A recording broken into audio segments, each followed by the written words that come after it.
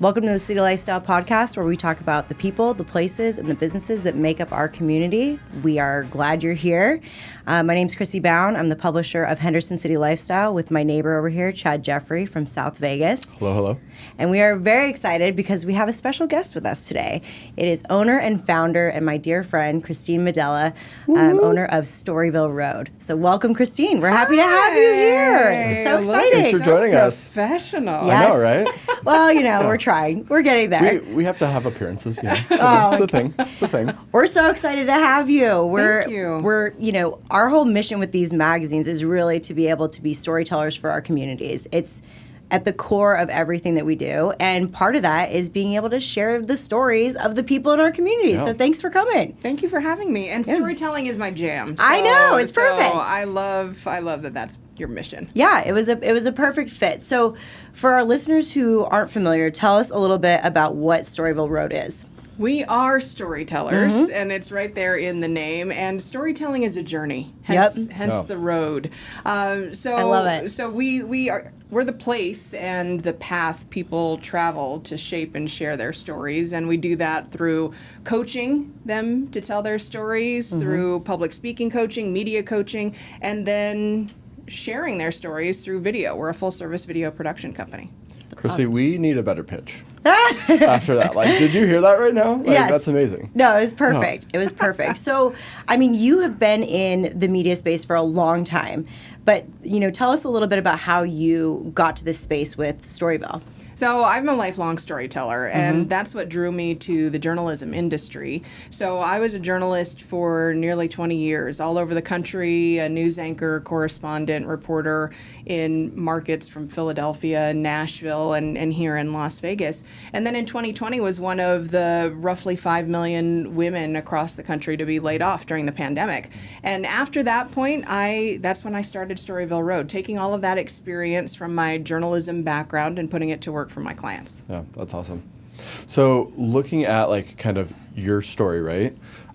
Where do you see like essentially the fit with all sorts of different media, right? Because a lot of what the podcast we've talked about is just like different marketing, different branding, like different advertising techniques. Like how do all those pieces fit together? Like when we're looking at storytelling as kind of like an overarching theme. Well, if we take a big picture look at the industry, the democratization of content and access to content, access to equipment has been a game changer for the past several years. So if you think back for those of us who were around back in the day.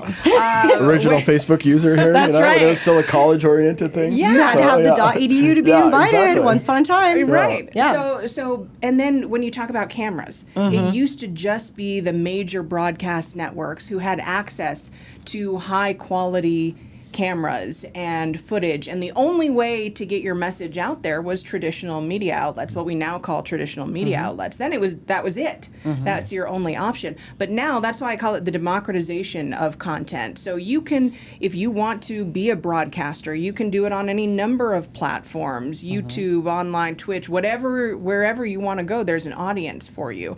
And camera equipment, audio equipment, everyone has access to it. We carry around a 4K camera in our pockets. Some of us don't. Sorry. Gotta upgrade here soon. How old is your phone? That's a 12. Leave me alone. Oh, God. How's yours, though? I saw it. It's Mine's newer than that. I think it's what is that? I don't know. It's a 14, 15, somewhere in there. I don't know. I don't think so. Oh, God. It only has 2 cameras on it. Whatever. See? It still works. Called out. Maybe the older camera lens is giving me a little bit of grace when it takes my photos. So funny. Yeah, so now that so many people have access to top tier quality. Yep. I mean, look at the quality you're producing with your podcast now. We have great partners that help us. Video Podcast Studio. Shout out. Oh, God. Nice plug, Chad. Sponsored. Yeah. Exactly. One day. So funny. So now there are so many different audiences, channels, mediums for you to reach your intended customers, your current customers, potential customers, or grow a new audience base. So looking at that, like a lot of what we talk about are small local businesses, right? So those are mainly our partners that advertise with us in the magazine that Crissie and I have worked with for decades, you know? It's like, how does a business start looking at all these tools you just talked about and implement like a way to tell their story? I think first, finding who you are as a business is so important. And so many people skip that step because they're forward looking. They're looking at the dollars and how do I make money and who's going to buy. What about you? Who are you? What do you stand for? Who is your intended audience? Because in order to be most successful, you can't be everything to everyone. And in fact, that's going to water down your message. That's why we see influencers, whether it's a specific type of cooking technique or a specific plant, gardening tips. People really find their niche and are able to grow audiences there because then you become everything to that group and an expert in your field. So really turning inward first before just let's throw everything at the wall. A lot of people get frustrated because I'm throwing a lot of marketing dollars out there and I'm going to do magazine, I'm going to do TV, and I'm going to do digital, and I'm going to send out mailers, and I'm going to be funny, and I'm going to be serious, and I'm going to be all of these things. Well, and then you wonder, why isn't this gaining any traction? Because you don't really stand for anything, and in fact, you're confusing your customers. Yeah. Go for it. I was just going to say, I think it's interesting because you've spoken a lot on authenticity and the importance of authenticity, not only to yourself as a person, but also with these brands. And hearing you say that, it really resonates because you're absolutely right. I think that we talk about this a lot with advertising campaigns with clients that we've worked with. They are so excited, and we're business owners too. Listen, all three of us at this table are business owners. Yep. We get it. We love our babies so much that we just want to word vomit all over everyone who will listen to us about it because we love it so much. But really taking that time to pause, reflect, ask those tough questions of who are we at the core of this business? Like, what is our mission? What are our values? Because that really does dictate what that messaging, what that storytelling is going to be. So Absolutely. I love that. And when you talk about loving your baby so much, that's great. Yeah. But that's an internal process. Absolutely. That's you and your team. It is. And so when we formulate our business story, we are not the heroes of our business story. Our customers are the heroes, we're the helper. Yep. So we're the Rafiki to our customer, the Lion King, the Yoda to Luke Skywalker. Exactly. The Mr. Miyagi to your Karate Kid. So that's another process where in finding your own business story, so many people say, this is my business, and we make the best widget, and we were founded in 2005. I have like a hard no on that type of story with us. It's just like your ad, your website, like they can tell what you do. It's like, let's figure out who you are, right? Like, what do you stand for? So I love that you're reinforcing this. Like, it's amazing. I feel like we say it so much, right? It's like, it's good to know, like, there's other people out there telling businesses the same thing. Absolutely. So. Well, and it's just, it's strategy, because if you think about, it's human psychology, how we move through life, what's in it for me? And that's why we buy certain clothes. That's why we buy hair products, lifestyle products. We're not buying it because the business has been around for 16 years and has served 2,000 clients. No, we're buying it because we think it's going to help us as customers. So when positioning your business, how do I make you the hero and tell you why you need me to help you accomplish your goals? I feel like I just want to sit here and just let you just go. Like, I don't even feel like I need to ask questions. Just keep going.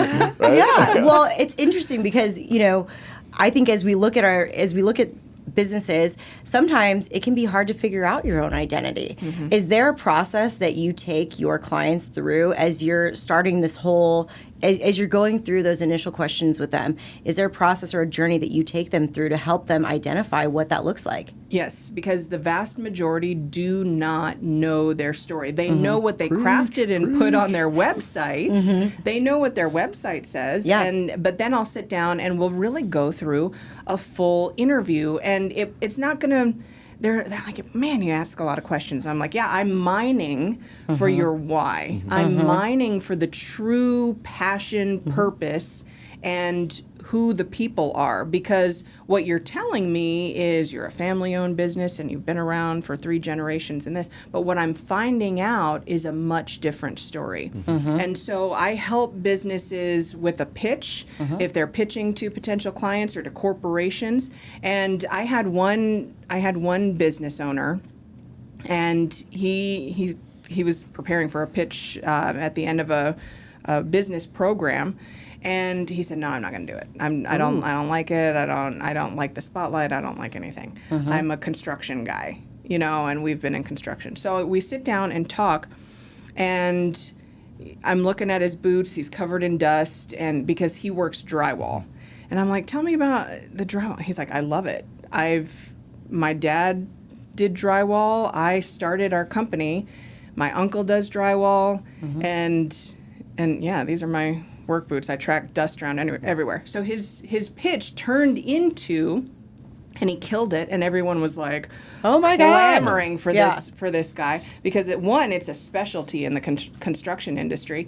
And he started out, I don't remember any time in my life that wasn't surrounded by dust. And I grew up, and my dad's boots were covered in dust. My uncle's boots were covered in dust. Now, as a kid, I went out and helped. I was always covered in dust, and I love it. And now, this company that I started, it pays tribute to all the hard work and all the dust we grew up around my whole life. You just got the goosebumps. And you're telling a story. And so now that is his pitch when he goes places, because that's what drives him. And yes, have they been around for many years, and do they help? And then we get to the part where, what do you offer your customers? A lot of people hate drywall. And so it's so hard to find people who specialize in it, but because that's our passion and we have generations of experience just doing drywall, we're your guys. I love that. That's incredible. You found the way to find that sentimental connection where people can relate to that family, the family factor of the story. And I think that's at the core of storytelling too, is finding a way to allow people to relate to one another. That's really what the root of the whole thing is. So that's what we're hardwired to do, is to form connections with each other. We are searching for, you can say, "Oh, I'm an introvert. I'm not a touchy-feely person."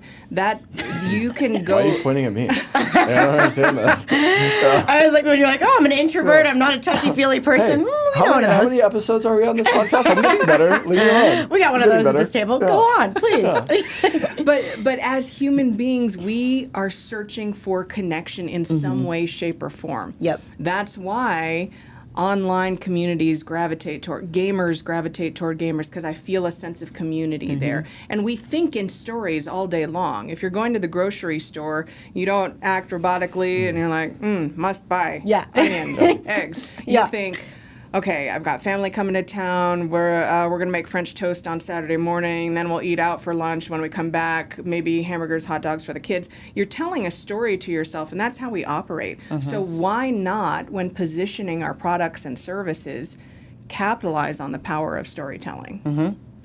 What do you think, as you're looking at these stories, what do you think some of the misses are? I mean, I know you've talked about a few, about the lack of authenticity, the lack of sharing the why, but what are some of the other misses that you think people are just overlooking as they're going through this process? Losing yourself is tied to that lack of authenticity. So even here in Las Vegas, there are some big brands, some big casinos, and when social media and TikTok really gets popular, or there's a trend, everyone wants to hop on it. Oh yeah. But not everyone can execute. And really, you are leaving who you are. Are you a luxury property? Are you catering to adults? Who are you catering to? Making your staff uncomfortable and doing this dance. Doing the dances. The TikToks? That's right. And posting it on social, and then, it's almost like, look, we did a thing. Yeah. And you're waiting, and then it's just cringe. It's funny, we've talked about, like, on previous episodes, just what does that viral quote-unquote moment do for you? And, like, how does it tie into a brand or a goal or anything like that? And to me, it's like we do research on companies, like we're looking for good partners, like figuring out who we want to tell stories for. And I'll see like doctor's office, dentist's office. I'm like, how is this of any value to anyone right now? Like, I just don't understand. Yes, because you're losing yourself. You're leaving your values. And again, if you don't know what your values are and who you are as a company, you don't know that you're leaving your values. You're just floating, doing dances for trying to get clicks, trying to garner some positive interaction and engagement with your community. And then you're like, well, I made a fool of myself, and that still didn't work. Let me try it again, you know? So one, you leave your values, even if you don't know what your values are. Two, it just screams trying too hard. And three, you're still not offering value to clients or potential clients, especially anything that's going to result in a customer or potential customer taking any kind of action. Because if I see you do a funny dance once and you're popping up, what does that mean for me, a client? Do I want my plastic surgeon doing the dance? Do the dance? Or how do I feel about that? And not everything has to be serious. It's not that, but who are you? What do you stand for? Who's your target audience? And are you speaking to them in a real way? So I don't want to like give away your secret sauce, but if you were to be talking to like a small local business owner right now, like what is that mini crash course of how do they go about like identifying that stuff? Because a lot of times we've both been in media for a while, right? And like we'll sit there and try and ask them and guide them on strategy, but how can they internalize that and try and do it on their own? The first part is a mindset shift because, again, a lot of people go out and start doing things, start spending or TikToking, but without really knowing, all right, what's my goal? What's my strategy? Is there a strategy in place? And am I moving with purpose here? Am I implementing something with purpose? So the first part is a mindset shift. You need to acknowledge, okay, are you embracing social media, and are you really going all in on social media? Are you going in on paid media? Are you looking for earned media? What are your goals? And then let's start a strategy in place to move toward those goals and execute your vision. Because if we just start doing things without first fixing our mindset and strategy, that's first and foremost. So a lot of people are like, video is a non-negotiable anymore. Yeah. It just is. Since the pandemic, video viewership has increased 300%, and customers say that if a business doesn't have a significant video offering, they lose respect for that. They start to question what's going on with that. Are they legit? There's a reason we're in this podcast. There's a reason. because it's important. It is. So one, taking steps to acknowledge these things. Where are you? What's your belief system here? And then let's really start to look and see mindset first. We need to come up with a strategy first on paper before we just start doing everything. So Storyville Road, right? Walk us down the road. Like, how far is the road? Are there forks in the road? Is there a dead end? Like, no, for a business, it's like, what should they be doing along the way, right? So if we start with strategy, what are these kind of key milestones they should be looking at and thinking of when they're putting together their story for their business? And I think there are so many things along that road. Are you B2B? Are you B2C? Do you have a brick and mortar? Are you online sales only? All of these things can take the road in different directions. And that's part of the beauty of it is there's not a one size fits all cookie cutter. Hey, even though there's a lot of people and a lot of organizations and other businesses and business coaches who may say, oh, here's just download my free ebook and boom, you're going to increase your sales by 40%. There really isn't that. In order to authentically move with purpose and move with strategy, you do need to identify and create a custom roadmap for your business, depending on who you are, who you serve, and how people are able to interact with your company. Would you say that's like your top 3 right there? Sure. I just came up with it. I love it. I mean, it worked. I was just like, boom, there it is. So. Well, I was able to watch you on a panel earlier this week, which you did a great job on. And one of the things that you said that really stood out to me in the panel discussion that you were on was when you become a business owner, it hits you like a ton of bricks that you have to then deal with your own crap. I'll say crap on the podcast. And I think that it really hit me when you said that, because it goes back to the whole thing about authenticity, about knowing who you are as a brand, as a company, all those things. Because I think a lot of people, aren't expecting that. And it really requires that deep dive that you're talking about to really figure out what those core values and everything are going to be. So, I mean, speaking of that, what are some of the core values that are part of your mission for Storyville? Well, our values, our company values, include humanity, which is a big one. That's also in our vision statement. So our vision is to unite through a shared humanity, our stories. Mm-hmm. And that's been a guiding principle throughout my career, is humanity, because I think so often, especially right now, when we're so divided, it's so easy to other. Mm-hmm. Oh, yeah. Other people, other groups of people, based on politics or skin color or gender, and when you really boil it down, our shared humanity is all we have, and we are all interconnected and reliant on each other. And whether it's economically here in our community, globally, we are all connected, and recognizing our shared humanity and finding ways to connect is something that I truly believe in. So that's a big part of it. Yep. Creativity, excellence, and diversity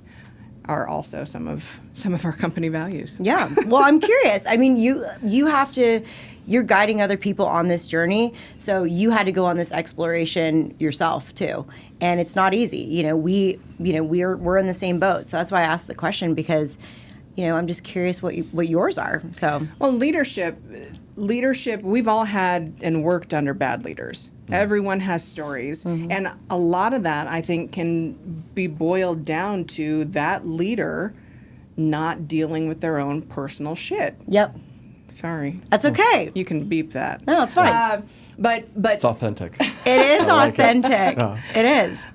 But when you are not able to manage your own and recognize your own triggers, your own, what brings you joy, what angers you, what type of leader are you, how can you then lead an organization effectively and guide other people in a way that enables them to be their best selves, their most creative selves, their most innovative selves?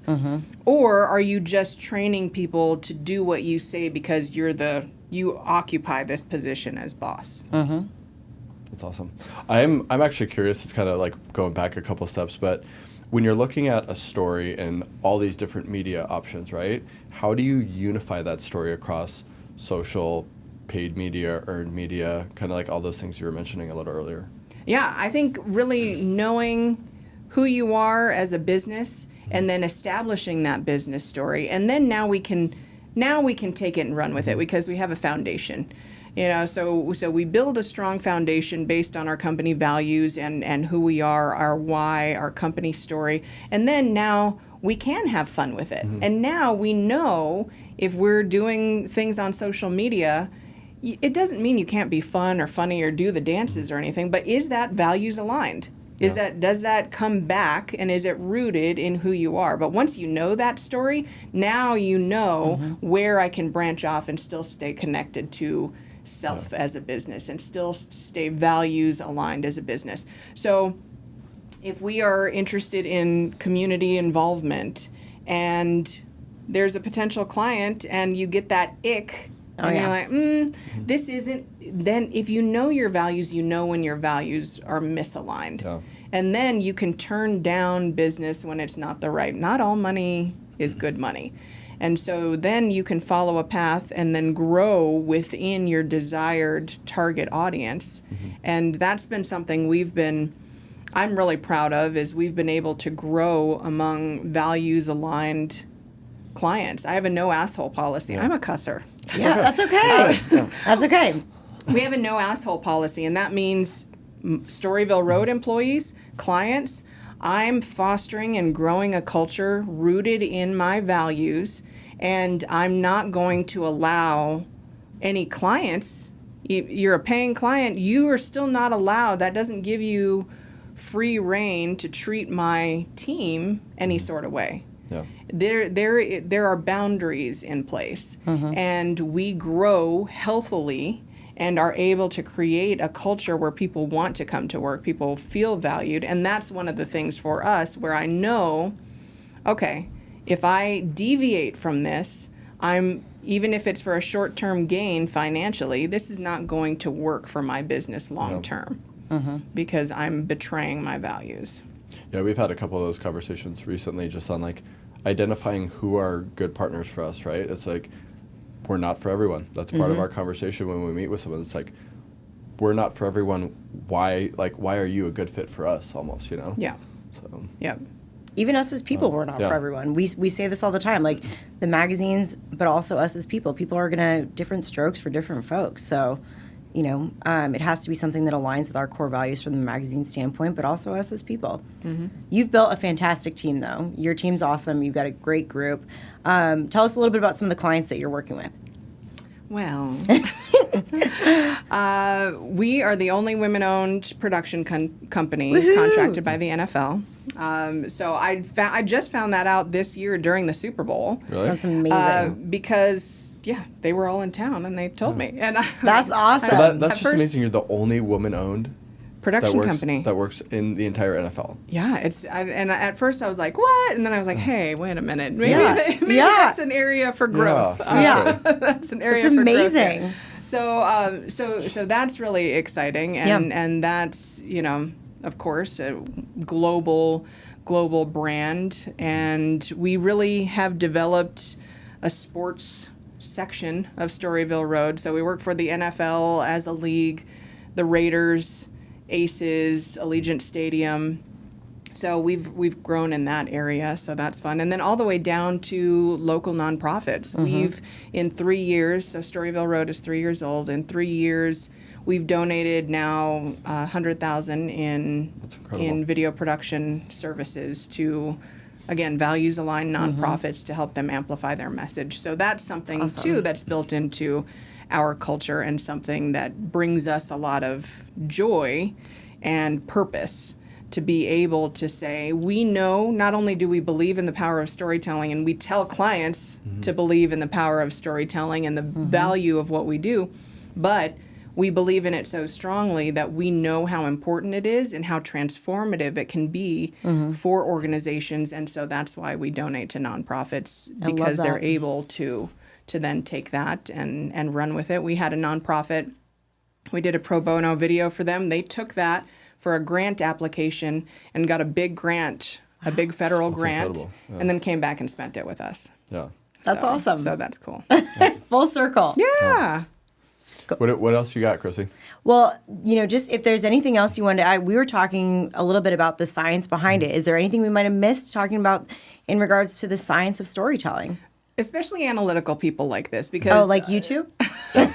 Slide on over this chair now. Go ahead. Let's get down to the nitty-gritty. No, we have some tech clients who are extremely tech-minded and run multi-million-dollar cybersecurity companies and corporations, and they may sign a 10-year, $100 million contract with someone, and they're like, I don't need storytelling. I operate in this realm.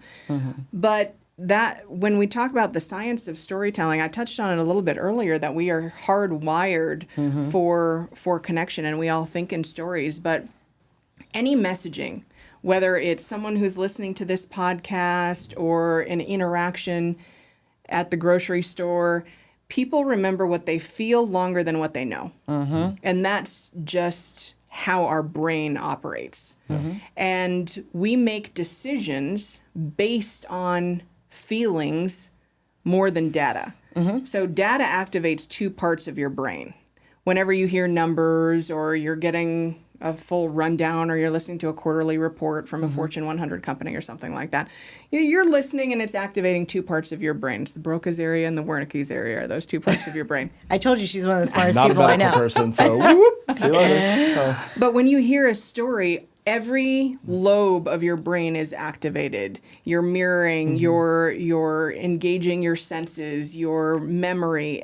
All of that is engaged when you hear a story. So even from a very analytical standpoint, it just makes business sense to tap into that power so you can become memorable. And of course, people remember things for the wrong reasons too. We all know absolutely. Car commercials, cringy lawyer commercials where you remember it, but not for the reason you want. Yeah. Not for the reason you want. You want people to walk away with a feeling about you that inspires them to take action. Oh, I'm going to call, I'm going to visit that restaurant, I'm going to buy, whatever it may be. I'm going to vote for that person, whatever it is. That's where you want to live. And if you do want evidence and data on why you should take part in some of these storytelling activities, then there is a lot of science behind it. I like saying it's the warm and fuzzies, you know? It's like, how do we connect like our readers with the warm and fuzzies? Because if you can't make that connection through what they're seeing on the page or on social media or any sort of like media landscape, why are they going to come and spend money? It's just like, that's kind of the theme. So and that also bridges so many gaps. So Apple was one who first tapped into that. And you remember, again, kids, there used to be these things called iPods. A landline. Yeah. And iPods you could play music off of. But iPods were not new, nor were they the only media player, MP3 media player on the market. Microsoft Zune. There were so many. Google it. I will. I have to. Pretty sure. There were so many different music players, but through tapping into, I'm not selling you just something to play your music. That's a very transactional pitch. You're selling an experience. You're selling a lifestyle. You're selling, what does this say about you? If you buy an Apple product, what does that say about you? Nike does so many ads that talk to lifestyle. And what does it represent? When you're wearing that swoosh, what does that mean about you? You don't just, hey, you need shoe, we have shoe. Shoe. Yeah. No, they're not, going that Shoe. route. Yeah.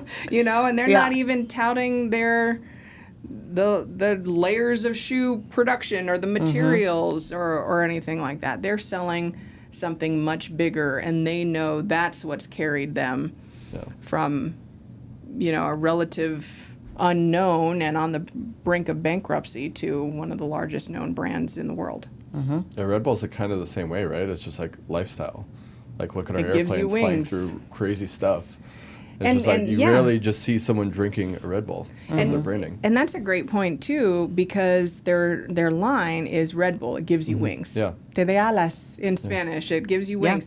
And when you associate that, and again, if you have physical planes flying, then that's just reinforcing that message. This is what you can do with Red Bull. You can achieve, you can soar with Red Bull. And I'm not even an energy drink person, but Guilty over there. I know, as my Celsius is on the floor. Yeah.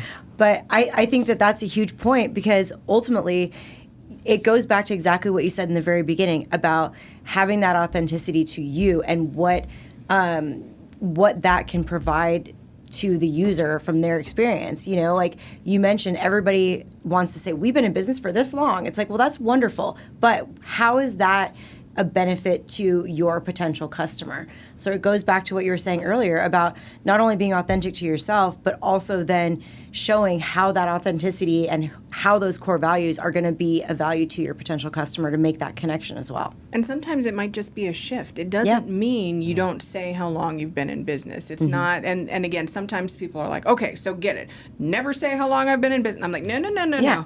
Because there's a shift there. If you're 20 years in business means, what does that mean for your client? Does this mean we now have the most experienced people in this industry? Or we've been able to form these relationships and deep relationships that can benefit you in this way? Turn it around. It doesn't mean that that's not valuable. It is.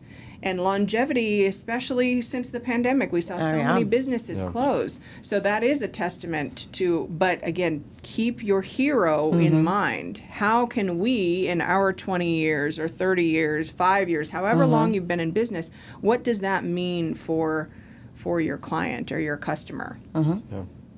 Well, Christine, if people want to reach out to you, if people want you to take them on this journey, then how do they contact you? StoryvilleRD.com is our website. We also have a YouTube page, and we are on all the major socials. So, what's your last final thought for a business owner right now? Hang in there. I mean, it's Garfield. Where's Garfield at? right. Right. It's especially what we've seen the past several years. It's not easy. Yeah. It's not easy to be a business owner, and I think sometimes it can really take a toll, and you think, oh my gosh, marketing is just one more thing I have to do on top of being HR, on top of being business development, on top of executing the business. But we need you, business owners, especially here in Nevada. We saw how we need to diversify our economy, and we can't be reliant just on the tourism industry, and we all grow together. Again, we're all interconnected. So even as we look to grow our individual businesses, that doesn't mean that you shit on other businesses. Yeah. It means we can all grow together. How can we partner? How can we uplift? If you are this type of business and you can partner up with someone else in order to increase your viability within the market, great. Let's also stop looking at things with a scarcity mindset or a zero-sum game. It's not. And if you have a restaurant, you know someone's not going to eat at your restaurant 7 nights a week. Yeah. It's okay if they go elsewhere, but let's embrace and look and see how we can all work together to create a thriving economy. Yeah. I love that. Yeah. Thank you so much for joining us. Like I learned a lot today. I was just like, I should be taking notes over here. I know. It's It was awesome. great. Thank you so much. Yep. Thank you. Thanks for coming. We I'm a appreciate nerd. it. Thanks for letting me Yeah. nerd Well, out. you're at the right table. Yeah. So alongside the two of us. Oh. Oh, whatever. Well, thank you for joining us on today's episode of Sit Downs with City Lifestyle. We'll see you next time.